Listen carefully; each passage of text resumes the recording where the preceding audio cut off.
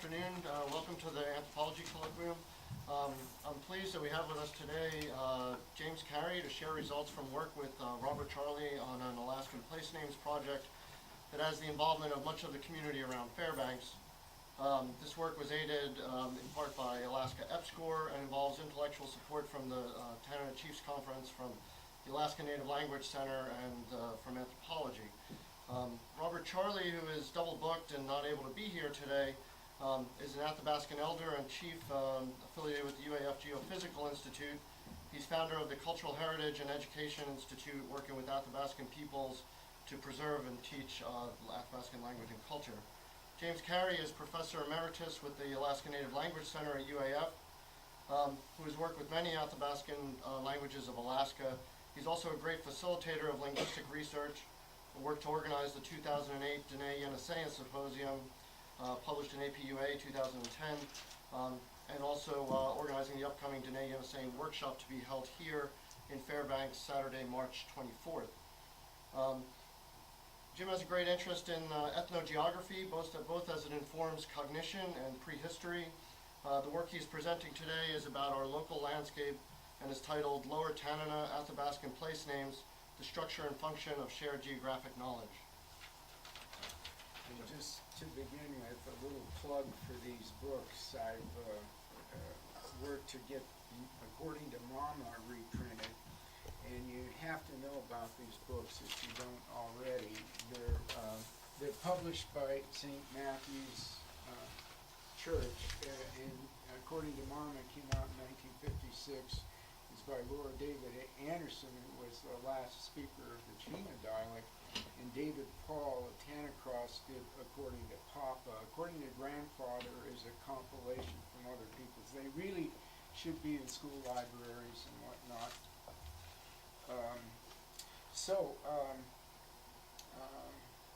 We have, for the first time, lists and maps going together, and believe me, it's not easy to do this. This is the first time a full inventory for a single Alaskan language has been mapped and listed and presented on list, and is then updatable and correctable. Never been done for any Alaskan native language. So this is the north map. Rampart is here, Fairbanks is around here, the Tanana cuts off here just below the Tolovana. This is an inset to the north map, so this is actually Minto Flats. Here's New Minto, here's Old Minto.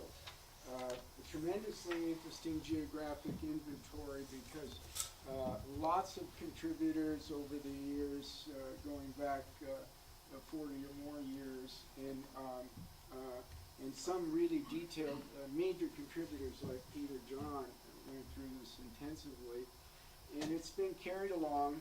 We'll go back with some slides and so on, and when we just try to take some time to look at the maps, or maybe to look with the numbered list if you want to pick out a number. This is the south map, and so it cuts off here at the mouth of the Chena, and this is Moose Creek area on the Kantishna River. This is east of Lake Minchumina a bit, and of course we have more names going this way, but this is a complete mapping as best we can, fitting on these projections. There's other names that are extraterritorial that go off these projections. This corpus could be analyzed in any number of ways. I haven't seen much real analysis of this type of stuff. The Otna corpus has previously been what I consider the best, and we don't even have any maps of that, like these. There's a pretty good Dena'ina corpus that's mapped for Lake Clark and Lake Iliamna and Lime Village. It's beautiful maps, and I can't figure out how to update the database. There's always something going wrong with this stuff. And let's see, where did my PowerPoint go here? And so, is that visible enough, or because it's apparently when you turn out these lights, it's pretty dark, but you prefer that? And this is, even just today, this report was printed out for the first time, and I was messing with it yesterday and tomorrow morning, or this morning, and there's no introduction to it or anything, but this is getting to the point where it's circulatable or reviewable, and I can tell you some interesting things that have happened just since we've had the previous. There's been about, 3 printings of maps before this, and let me point out, Brett Parks is here and Gary Houghton is here, and they've been doing the mapping task here, and we want them to say something. This is a decent map of the lower Tanana, especially offset with middle Tanana, which is clearly a different language, and it begins at Moose Creek Bluff and goes to the Good Pasture River. Lower Tanana, as defined and presented in this list of names, includes the whole Toklat dialect. There's interesting ways of marking a western boundary for the Toklat dialect, because it's you just make it intermediate with the next village that would have radiated out with names there, and that's over here at Birch Creek. So Birch Creek could be, a village would be considered Koyukon, but Toklat would be considered the Toklat dialect of Lower Tanana. So Athabascan languages are the largest native language family in North America in territory. And when I've made approximate tallies, it's 1.4 million square miles, with Tlingit and Eyak as not NA languages, but really just being, that's above the 1.4 million. The Eyak is very tiny. And this shirt is available down the hill at Nomadic Stars. This is a t-shirt design. You know, there are 52 names on there, and they're all legible. So I use this graphic, and I'll show it again. And this particular article is the one I have that's most compact. And if you're interested in this stuff, you should read this article, because I go through the Atna in all sorts of ways, in analyzing the structure of the names, the semantics, the distribution, the use of directionals. A few things, the types of things I'll touch on briefly here, but that article would get you somewhere if you're interested in this subject. Now, this 4-point graphic is, to me, really boils down how a 10 or 12-year-old starts to learn this, and could even learn it today, for that matter. These names have regular patterns of content. They are visible signs. They're almost always meaningful. That if you know the language, that place name is informing you. The structure of the name classifies the environment, and it's tremendously fine-tuned for what they like to classify. Those are the generic terms, the geographic terms, and I'll show you an inventory.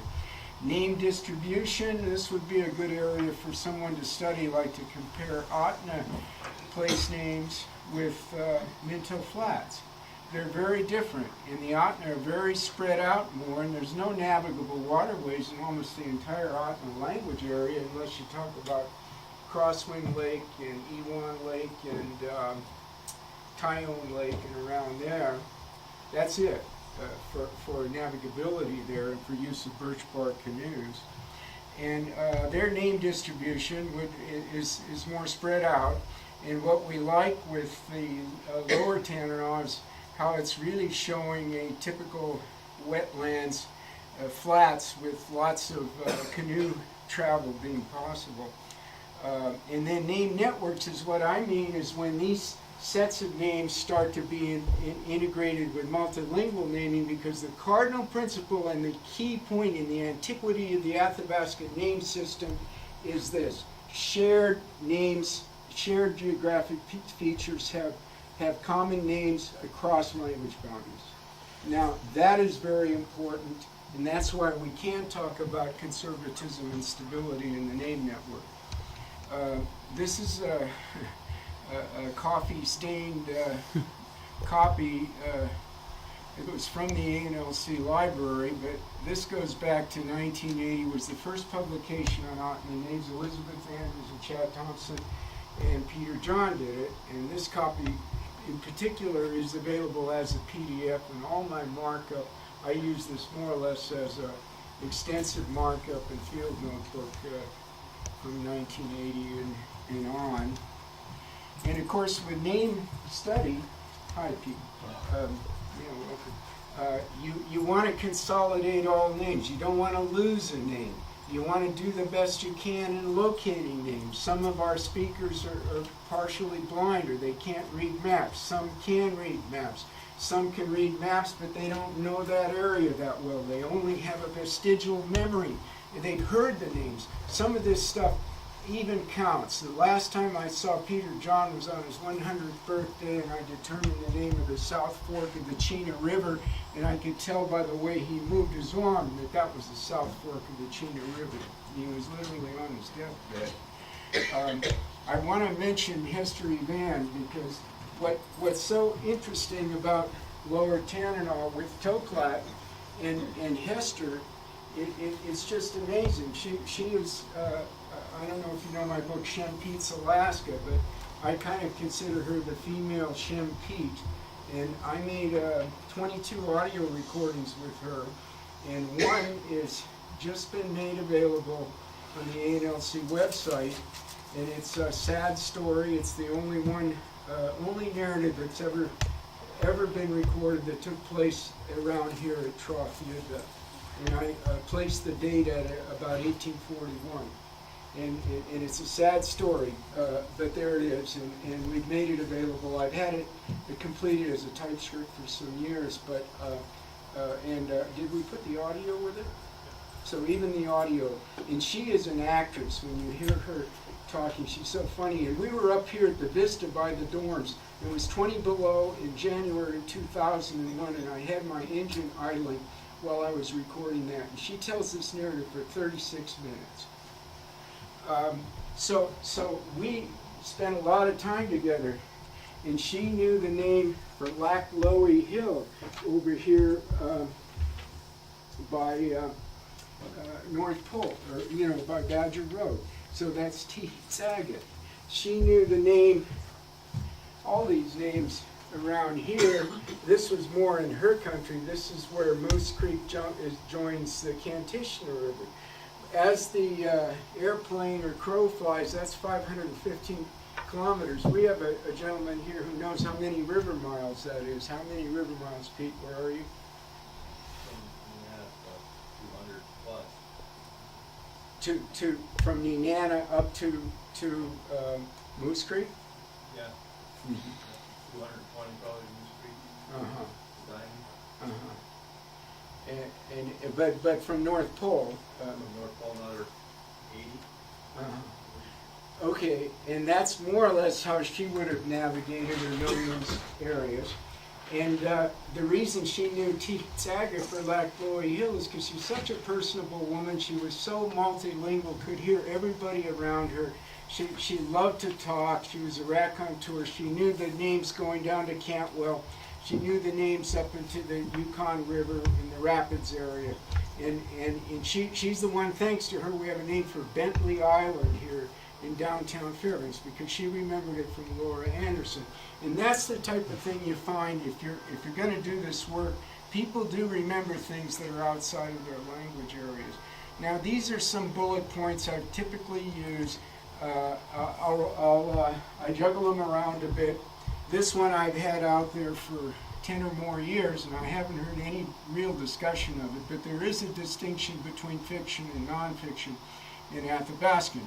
And the geography is not tremendously integrated with mythology and phantasmagoric events and mountains, of people turning to stone in mountains. And Yupik mythology and geography is intertwined like that, and in many indigenous cultures in the world that's a big deal.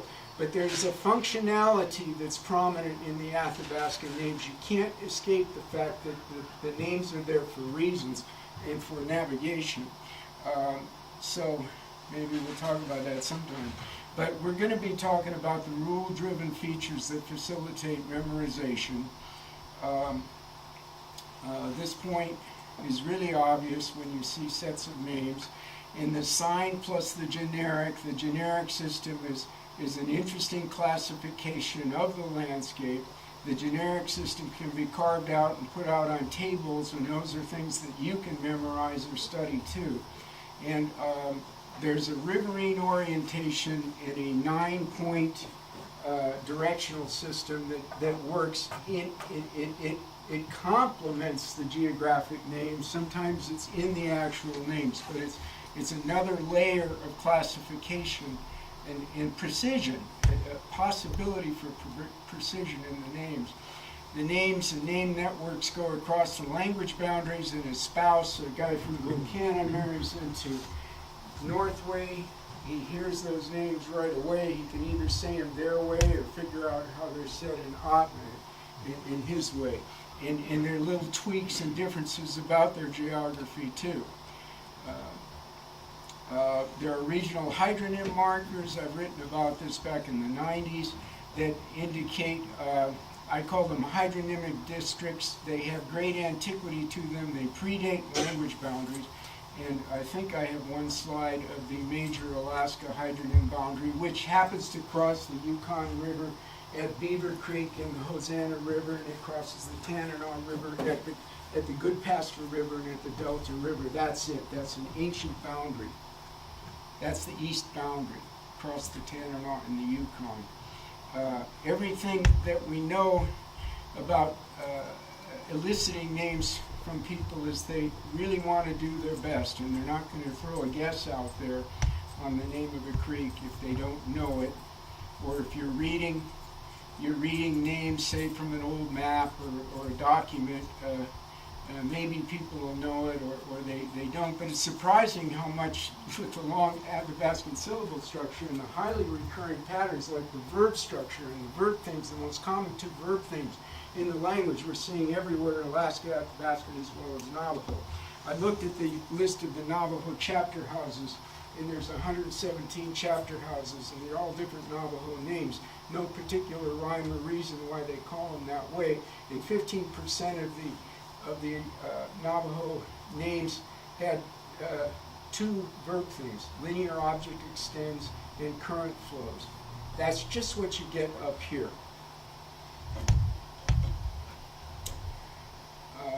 There are many levels of reiteration in the name sequences, and now that we have a display like this for the first time, frankly, I'm very serious that junior high school kids could get a big kick out of this information. And a good point that comes up when you have, especially in the Tanana Valley, there are no substrata of any other languages here reflected in the geographic name corpuses. Nothing. One lone word, dingy, it turns up in the name for Livengood, where they hunt for gold, from the Russian word for money, but no substratum of some other, just all these, some of these names are opaque and not 100% analyzable, but canonically they look Athabascan anyway. I can tell you some of those. There's some stems in the place name corpus that occur nowhere else.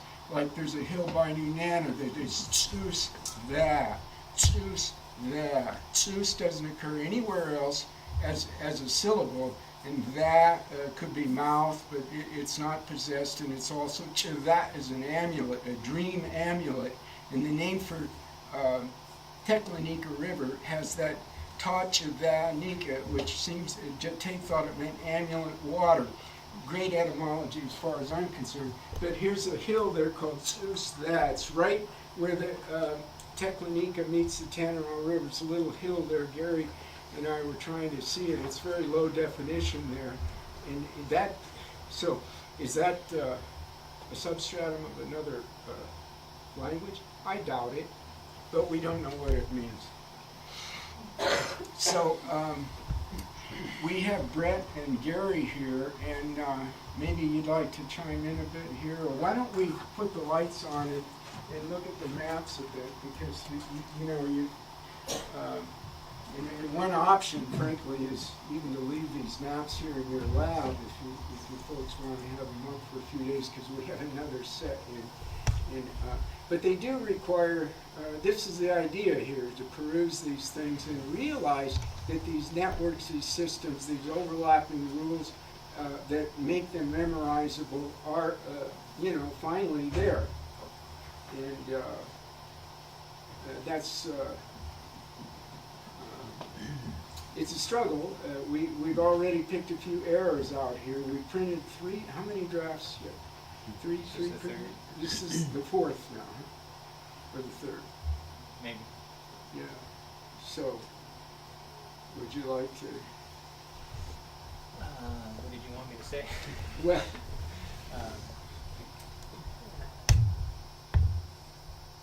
you have, yeah, I'm not sure. Maybe at the end we can just, Yeah. if people had questions about Yeah. some of the methodology, Yeah. we could, yeah, I guess there's really two issues that come up in the mapping, two major issues. One is that the structure forces you to be very precise, and sometimes that can be difficult, right? That we're actually trying to impose some level of precision. And then the other one is the one that Jim mentioned. We're dealing with multiple languages, so you have to deal with what happens at these boundaries, and how do you go about mapping those, and what sort of database structure do you use, and when do you decide that two names are the same versus two names are cognate names in two different languages. So. yeah, we have a multilingual capacity here, and the Toklat dialect takes over. Quite often I'm putting a T after them to say Toklat. And they're obviously, they've got this Koyukon look to them, but I've adapted the Toklat spelling to be like the Lower Tanana spelling for this, so that there's a 5-vowel system with single vowels and double vowels.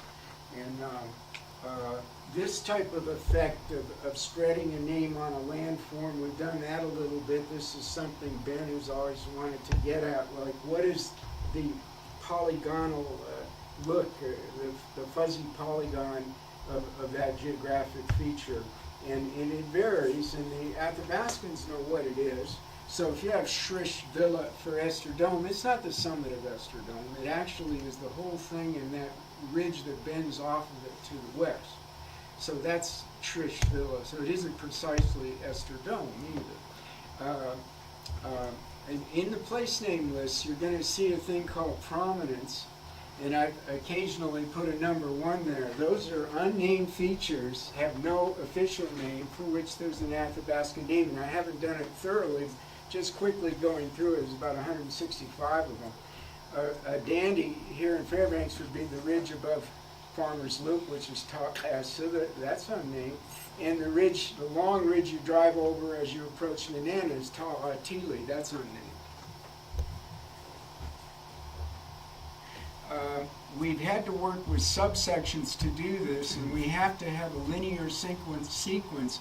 It doesn't have to be perfectly 1, 2, 3 to 1064. We leave gaps in there. We have 1064 names, but they have to be in sequence, and they have to be in the right drainage. And even now, a week ago, we found a mistake of a name that ought to be in one of these different sub-drainages. And given the complexity of the Tolavanovsy, where you're getting this branching, and 40% of the names are in one river. So when you've got this branching of the Tolavana, we're working our subsections so they reflect, the lower Tolavana, the middle fork, the Catalina, which is misplaced from where its Athabascan name is, Washington Creek, and the Chattanooga. And then something to do with this whole snarl of lakes around Minto. And I really think this is what you've got as essentially a very conservative system of naming. And when you break it down, it is memorizable. And it is very interesting how the names have everything to do with safety and survival. This is a scatter plot, a little out of date. We have more over here in the west than this shows. Well, 1018. We have 50 more names there. And okay, we use this on the poster, and this is the one. There is what you call generative geography. I didn't invent the term, but Steve Levinson threw it out. He wasn't sure if it could be demonstrated for a language with an oral place name system. Well, we're demonstrating it, and it's a generative geography capacity, and that's how you build up an inventory of names out of a cardinal name. So the primary name, in this case, is Tha'adi, and it's a beautiful name. Peter, John, and them used to say all the time. It doesn't seem to be used in text much. I don't think so. And I have an idea that it's related to the directional route, which means outside or off in a distance, but it does seem to mean perpetually. And so here's 8 names. Now walk out of here and you should be able to say all 8 of them from memory. Because it really looks the way they are. This is the main ridge, Tha'adi, could be called Tha'adi Choke. And then Tha'adi Sitla is the spur down there. And Tha'adi Na is the stream that goes down there below this ridge. And that goes on up. This is a section of the Catalina River.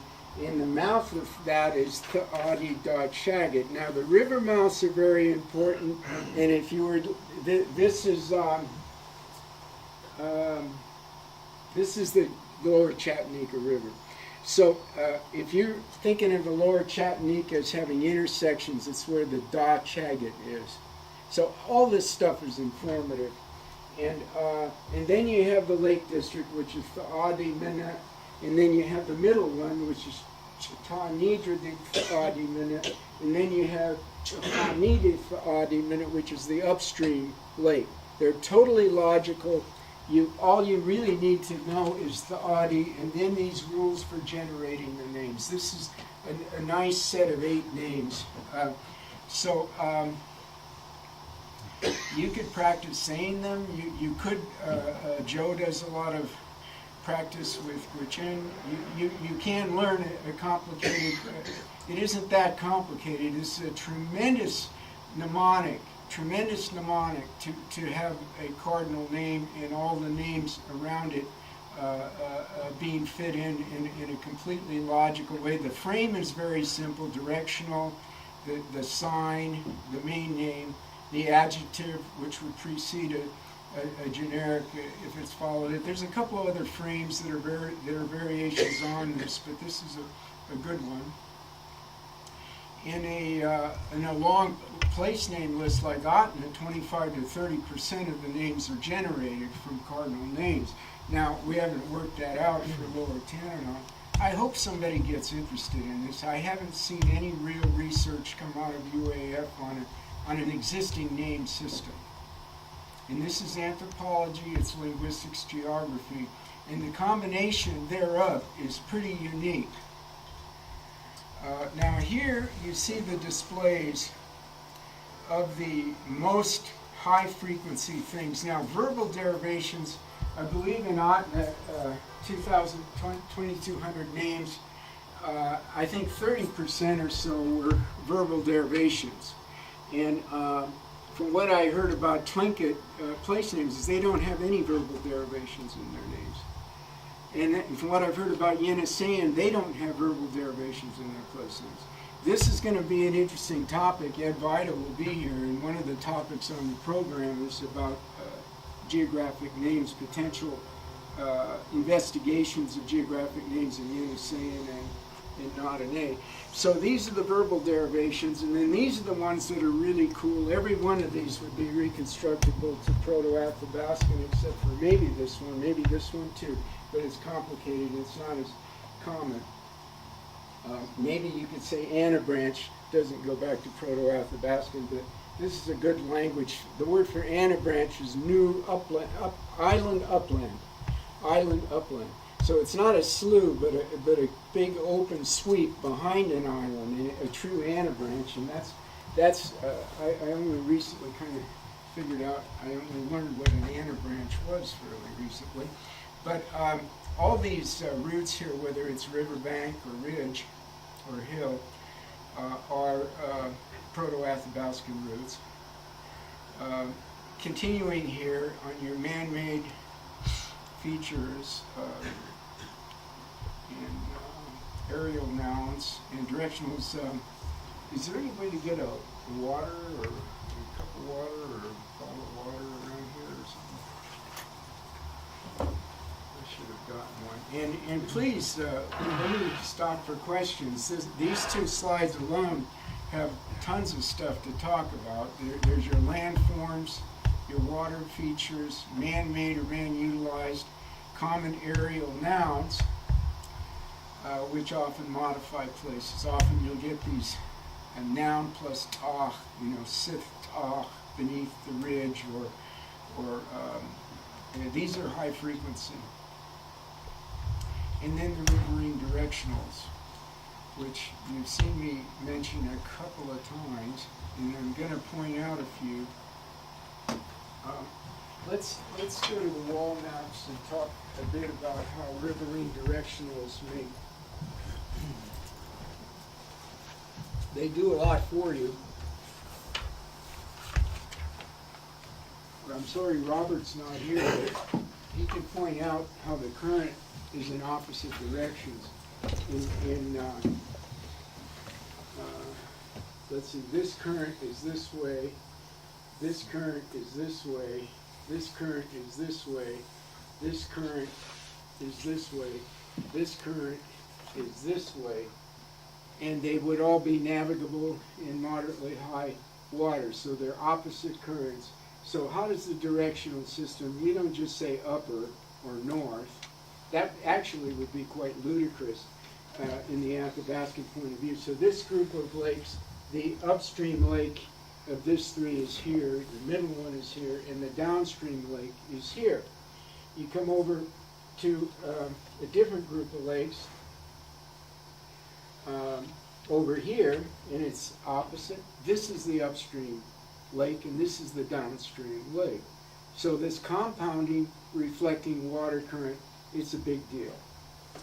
This is a very big deal, and I am mostly used to Athabascan things, just sort of people blanking it out or not even reading it. And most of these generalizations I've made 10, some 20, and 30 years ago. But what's getting better, though, in the fact that when you really do have displays like this, you can start to see, I mean, that's just talking about the riverine directionals. There are, this name means young spruce, okay? This name here means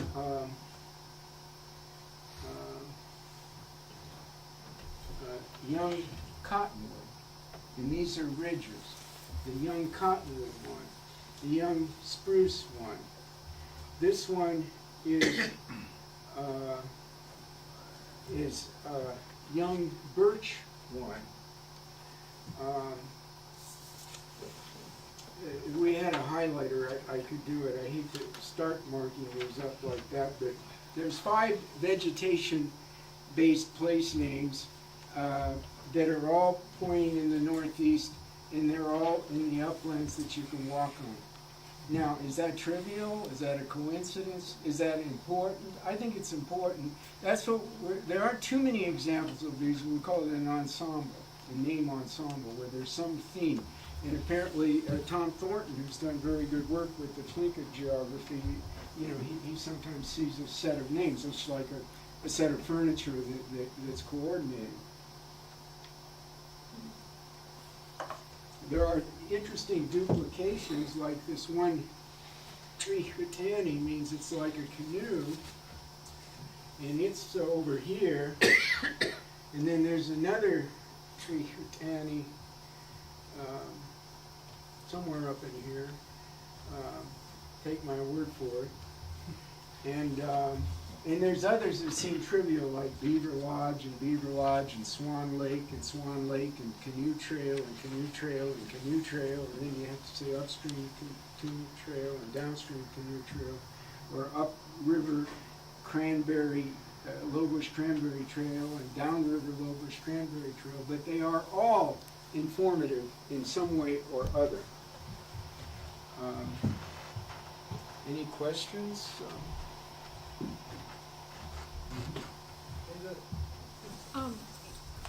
Your mention of the vegetal place names sort of kind of brought something up that I've been kind of wondering about, and that's the element of time, and you know, how do these, if you're talking about young birch or spruce, Mhm. whatever you said, certainly that's going to change. Or And what if they had a fire? yeah, if there was a fire, or so I wonder if in this research, I don't think the names have changed, but I do think something like this reflects a founding fathers, founding naming effect that they were given in a group. so did they have histories as well when people were reiterating the names to? Yeah, there's some of that. I don't mean to dismiss it, and Keith Basso, who has sold a lot of copies of one book, he's good at writing anecdotes about places, and that's folklore, and that's great. I love it. But that's not how these things are memorizable, and he's never published a list of names anyway for Apache. He says they don't want him to, but then how do you know? You got to be critiquing this stuff. You get errors enshrined in this all the time. We've got errors. I took one name out of here I had for years that I know I'd heard from Peter John. I finally realized there was another, the same name by Peter John, and it was only that one.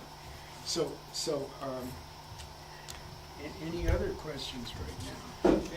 I have a real similar question. That it's that the places on the map are actually, in my experience, are actually very dynamic. And I mean, I've been to places that you expect them to be there, even on a modern map, and they're gone. The rivers changed course, and lakes are gone. I mean, they've been eaten up by the new course of the river. And I was wondering how that. Well, say a river mouth, who knows how it's changed over 1,000 years, and maybe there's a village on one side and it's washed out, and then the village may be on the other side. The river mouth would have the same name. And so the name system is flexible enough, and there's a low density principle that is mostly telling you like the names of these major tributaries, in particular the ones that are accessible, or a simple point in the Copper River geography. When you're at Golcanna, you're on either the upland side of the Copper River or on the other side of the Copper River. On the Mount Sanford, Mount Wrangell side of the Copper River, there's a bunch of little lakes. They don't name those things. And so there are principles of non-naming too. And but in terms of geological change, basically this works without us knowing exactly. And that's why the inventory and the listing of names is so important from someone like Hester, because we may be guessing at where they're at. That's okay. She named these, and she put them in an order too. She put them in an order, and she was consistent on that order. And here is dear Hester's hand-drawn map from 1993. And I was tape recording her while she was doing this too. And this is up on the upper Kantishna River.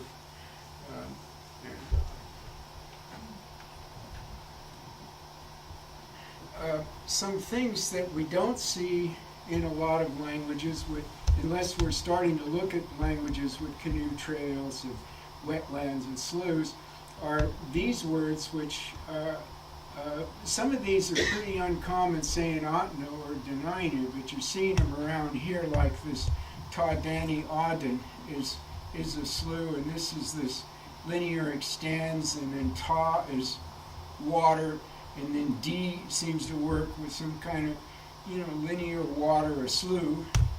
And then you'll get some variation on this one, like Fla Ta Dath Ta, And so that's actually a variation of this. That's a derivation, another derivation of this, but you see the D and the ta, and the ta is actually a consonant in front of an ah. And so they're working this thing of sloughs with this theme. This is what you call a verb theme here. And that's this verb theme there. Some interesting words. This is actually with plural objects, and then you get the ta and the d. So this is plural sloughs, and that's this verb theme here. So that's a whole group of sloughs. Some names have that too. And then here's this one with this slachatani ahu. In other words, they're perfectly analyzable and regular. These are verbal derivations here. And they have enough precision. This one, bit karbit nish ta daf ta bena. Pretty cool, pretty cool. Hard to translate. Nitsa would be back and forth, so this is the lakes upon it are going back and forth, and there's brush thrown in there too. So I wouldn't necessarily be able to give 100% perfect translation, but every part of that is meaningful. Mike could attest to that. Every part of this is perfectly legible and expected. And the reason we're interested in Yeniseian as potentially a cognate language is that a core of their verb, 8, 9 prefixes appear to be cognate. Some of them appear to be functioning the same way, and they are in the same relative order. So I will go through some of these bullet points again, because they are sort of fun to talk about this with maps and lists that actually can be reviewed, and it's almost like, well, this is your homework, we'll come back, and now we can really look at them next week or something. But one time, Bill Stevens, the musician, the fiddler, I was talking to him, and we were setting up an appointment to work on some names, and first thing he said, that's shared knowledge. And whatever they call their little areas that nobody knows, nobody else in the world knows, like this John Stevens Slough up on the lower Black River, and where he grew up, and he only knows what he knows, but they all know it from sharing it verbally.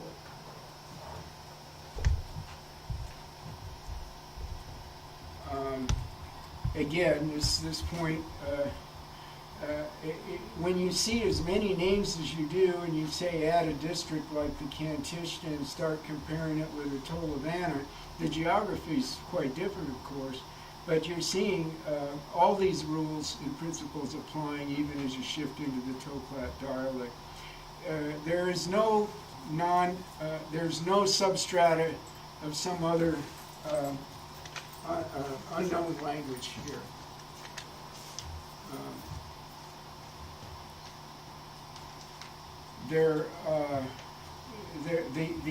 The features that facilitate memorization are pretty cool. You have this sign and generic system that classifies the landscape. This is a big deal. When you get these different layerings of these mnemonic devices, like the riverine directional, some place name ensembles, primary and secondary hydronyms. There's 252 and 11 with Nika, and you of course you know some of those names like Chattanooga, but Goldstream is one of them. It's Dodley Nika. Chattanooga is Dradley Nika. There's a Sam George Creek down there. There's Dalby Nika. That means Gosling. Why do some of these ones have Nika in them? Just some of them. Lower Goldstream is Taltho and Nika. And then you get over to the other side by the Nenana River side. Tekla Nika is Tachavan Nika. And this Totadal Nika is Tutadal Nika. And there. But why just 11?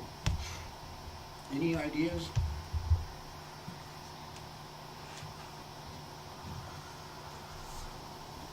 Or have you read what I've written about? Anybody? No.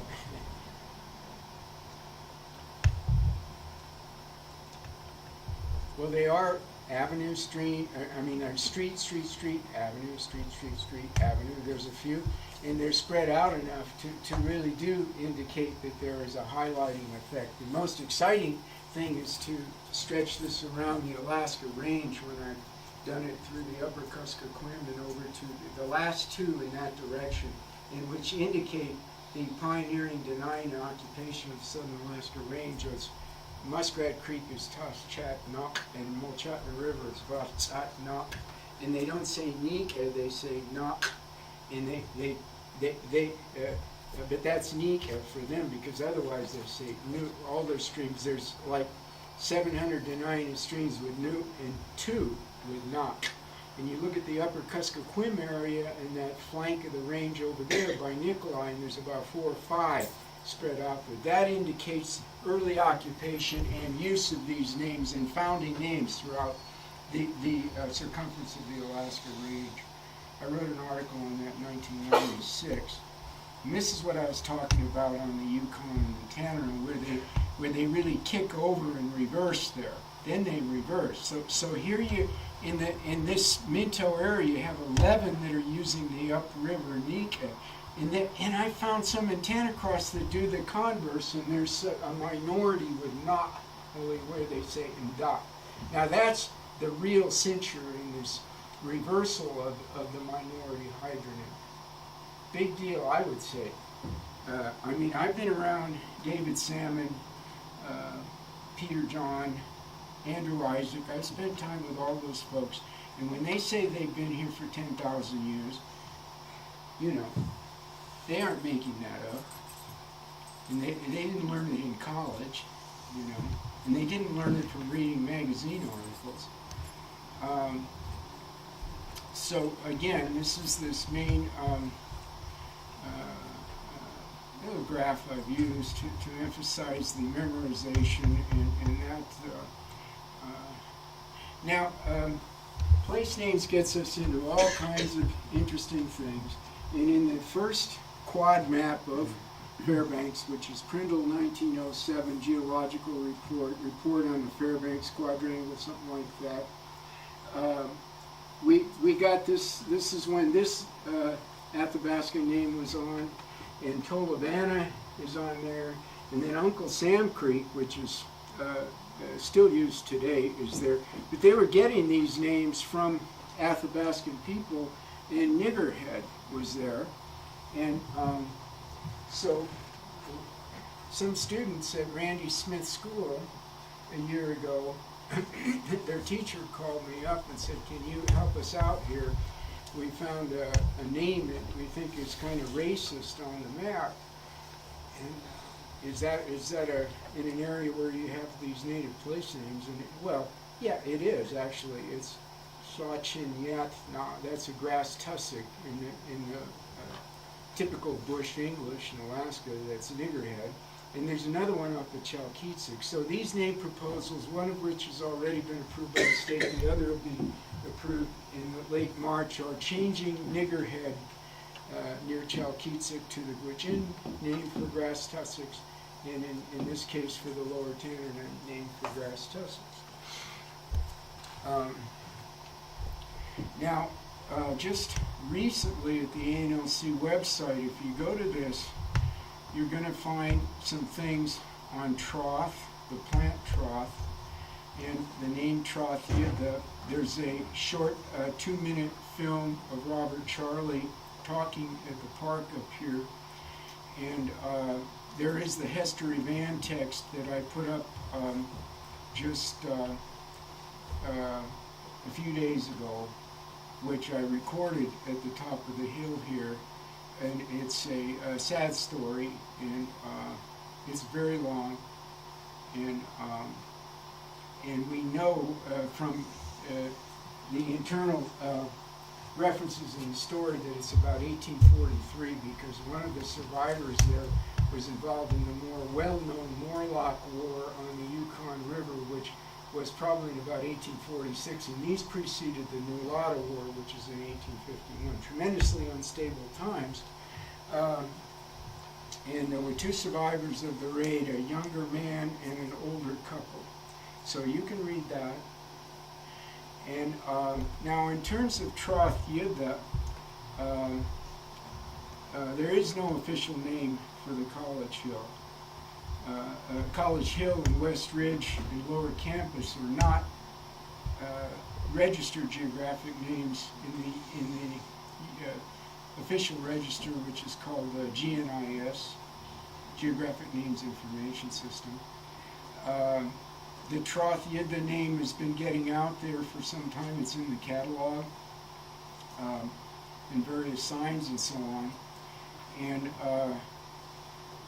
quite a few people see an interesting interface with simply recognizing the name in various specific statements in the university's mission statements. This may be welcome to what's so amazing about it, though, is that the geography of the Trough and the lands of the university are really, nobody planned it this way, but that's the name of this ridge. I don't know if there's ever, I think Gary said this on his blog, that this may be the first time the university would have an accurate native language place name as its main geographic feature. Maybe not. Maybe there's some other one, but that's the way it appears. Now, you know this, okay? And I will conclude with this. And there's one more name with Trough that's probably south of this, but this area on this side of Rice Road is the Trough Lowlands. So just like the Audi, you can memorize these based upon the lay of the land, and you should be trying to do that. So Trough is the cardinal name. We have that poster from a 1930s photograph. Apparently Wien took an aerial photo. There's a little pond down here by the physical plant. So I think that was Trough Yidda on the south side. That Roger Powers used to talk about that probably being the drinking water site for the campus site. And then this little swale that goes down across the railroad tracks is probably Trough Yidda not. UAF is the campus site area, and that name was obtained from Peter John as well as Bessie Barnabas. And then these, Matthew Titus and I, and Mike was overlapping with us there too, but he was calling this Smith Lake and Belaine Lake, and those fit with the directional system. So it isn't just that there is a ridge with a name, it also is the cardinal name in a set of names, as is so typical.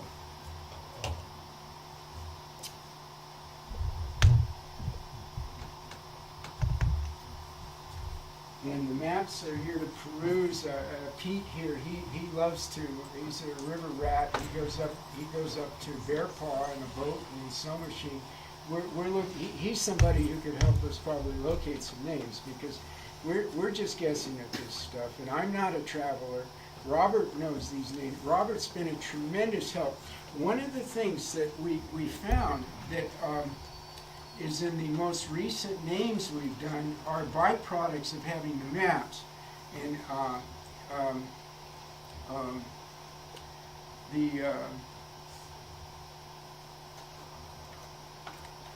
and when we had this table and we sequence this, what do you call it, this auto numbering, and you go to the end, you see the last ones that we've done.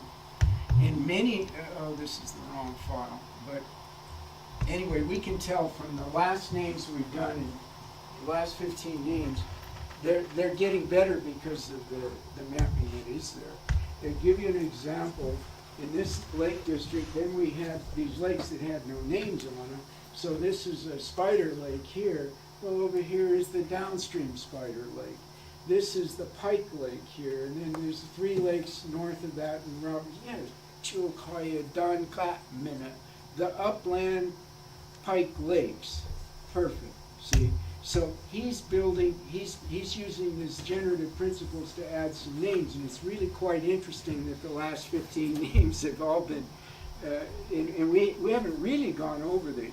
Also, this notion of trails is quite interesting, and he just added this trail the other day because it wasn't on here. Well, shoot, we haven't even done that. Another thing that Gary has done, which is very interesting, is he scanned 10 or so different types of maps that Robert Drozda and me and others have done in the maps in the original booklet. And we can juxtapose those and see inconsistencies in locations, or try and do the best we can with locations. Peter John was reading those maps and locating them, but then again, he would have his Klein of what he knew better, and then what you know he wouldn't know as well. But it's very interesting that the additions here represent things that we couldn't have done unless we'd already gotten this far. We have a couple minutes for questions. I was wondering about the grammatical structure and the different names. Is it pretty much consistent with the rest of the grammar of these languages from the names of the constructors? Yes, and we want you, anthropology students, to have a chance to take, what's that class that's taught, Siri, Athabascan? Oh, ANL 251 or 651 is Athabascan grammar. Yeah. And conversely, we want various students to take anthropology 383. I hope no faculty members are groaning. That is subarctic Athabascans. And I taught it one time in about 93 or something. Tom O'Brien taught it a couple of times. When is the last time it's been taught?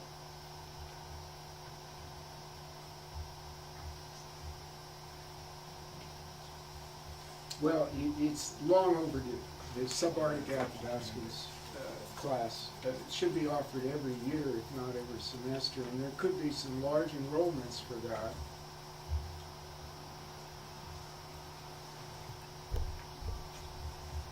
Another question. Yeah, slightly different. I'm just curious, what maps did you use?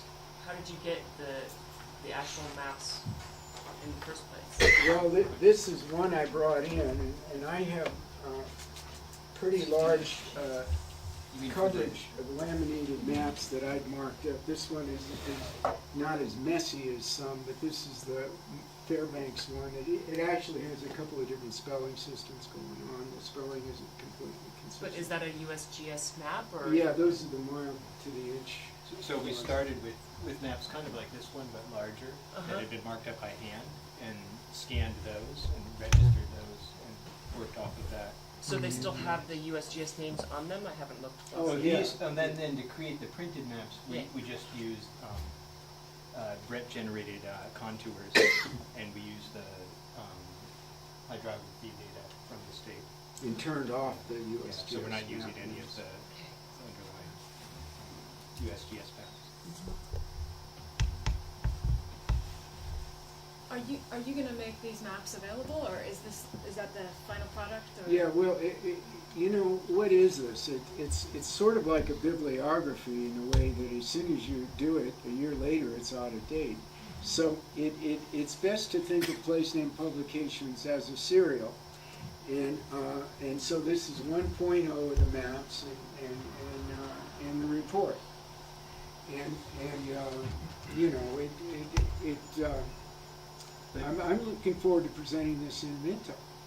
And Ray, I'd be interested in your thoughts on this too. But there's nothing said right now about how many to print or anything. It's a print-on-demand concept though, and the maps are running less than $5 a map.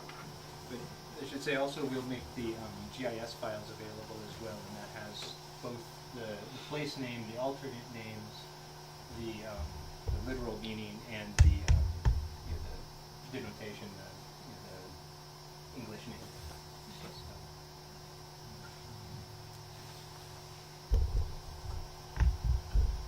Now, Ray has seen a lot of this over the years, and I'm not discounting cultural annotation and documentation, and it's simply not incorporated here in these files. And that could be a big and an interesting job for younger people. It doesn't have to be so daunting, you know, to write anecdotes about places when it's organized like this. And from work with the older tape recordings, that's never been done. In other words, annotating this, and I know Ray's group and the Minto camp and so on, they've made all kinds of videos and things. Easy these days to take a map once you have all that information and digitize it so that you could use it in a school or any place, go in and click on the location, get all the information, listen to the stories associated with it. That's true. It's waiting. This has many different layers of potential use. Yeah, I mean, what we're emphasizing here is the inventory, and when we have an error in the inventory or an addition to the inventory. When you get to places like Rampart, believe me, it's very touch and go to get any improvements around there. I know a few people, actually one name I got around Ramparts from a friend of mine who's, maybe she's younger than me, but she certainly knew that name around Rampart. That one, and that's what their corporation is called, Bano Yilcon, and she knew right where it was. So there are things, and people who are handy and out there with boats and stuff. Randy Mayo, for example, he's named off a few things in the Yukon area where it's quite depleted in place names that we may get some more. And it's fun. Believe you me, when you recover these and get them more or less fit in there, it's very rewarding. In fact, I've often said that my idea of a religious experience is finding another place name. Well, with that, I want to say we're out of time. I want to thank Jim and thank everybody here for coming.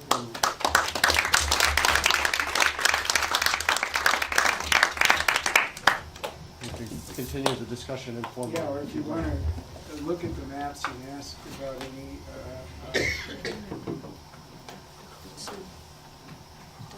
try and pinpoint a few places you know, like you'd want to see that partition.